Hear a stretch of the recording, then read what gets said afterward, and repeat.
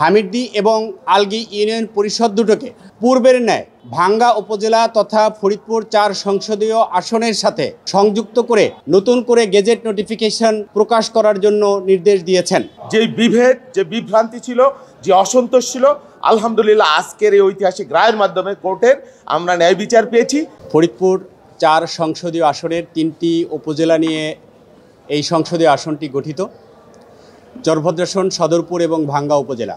কিন্তু আগামী ত্রয়োদশ জাতীয় সংসদকে সামনে রেখে নির্বাচন কমিশন যারা সীমানা পুনর্নির্ধারণের দায়িত্বে ছিলেন তারা ফরিদপুর ৪ হতে ভাঙ্গা উপজেলার ২টি ইউনিয়ন পরিষদ, আলগী এবং হামিরদী ইউনিয়ন পরিষদ দুটো কর্তন করে পার্শ্ববর্তী ফরিদপুর ২ অর্থাৎ নগরকান্দা এবং সালথার সাথে সংযুক্ত করেছিল এবং এই সংযুক্ত করে তারা একটি প্রজ্ঞাপন জারি করেছিলেন। ফরিদপুর ৪ সংসদীয় আসনের প্রত্যেক নাগরিকের পক্ষে সেই প্রজ্ঞাপনটি চ্যালেঞ্জ করে ২টি ইউনিয়ন পরিষদ পুনরায় ভাঙ্গা উপজেলার সাথে সংযুক্ত করার জন্য আমরা একটি রিট পিটিশন দায়ের করেছিলাম। সেই রিট পিটিশনে পিটিশনার ছিলেন বাংলাদেশ জাতীয়তাবাদী কৃষক দলের সাধারণ সম্পাদক, যিনি ত্রয়োদশ জাতীয় সংসদ নির্বাচনের জন্য ফরিদপুর ৪ সংসদীয় আসনে বাংলাদেশ জাতীয়তাবাদী দল কর্তৃক মনোনীত হয়েছেন, নির্বাচন করবেন।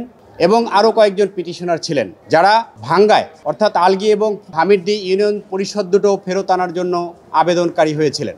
সেই আবেদনের ভিত্তিতে আমাদের মাননীয় আদালত একটি রুল জারি করেছিলেন এবং সেই রুলের আজকে চূড়ান্ত শুনানি হওয়ার পরে আজকে আদালত রায় ঘোষণা করেছেন।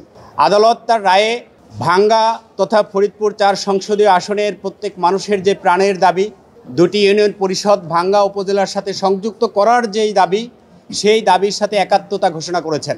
অর্থাৎ আদালত বলেছেন আলগী এবং হামিরদী ইউনিয়ন পরিষদ দুটোকে কর্তন করে ফরিদপুর ২ এর সাথে সংযুক্ত করার যেই সিদ্ধান্তটি ইলেকশন কমিশন দিয়েছিলেন সেই সিদ্ধান্তটি ছিল অবৈধ এবং বেআইনি। এই মর্মে তারা আমাদের রুলটি অ্যাবসলিউট করেছেন এবং একই সাথে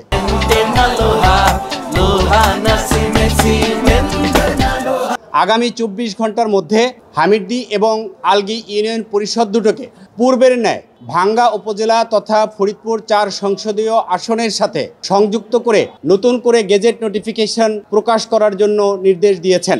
অর্থাৎ এই রায়ের ফলে আজকে থেকে আমাদের ফরিদপুর ৪ সংসদীয় আসনের সাথে ৩টি উপজেলা, ভাঙ্গা পূর্ণটা, চরভদ্রাসন এবং সদরপুর উপজেলা নিয়ে গঠিত আগে যেভাবে ছিল ঠিক সেভাবেই থাকবে। অর্থাৎ আমরা আমাদের যে প্রাণের দাবি হামিরদী এবং আলগী ইউনিয়ন পরিষদ দুটো আমাদের বুকের মাঝে ফিরে এসেছে। এটিই হচ্ছে আমাদের সার্থকতা এবং এই মামলার সারবস্তু।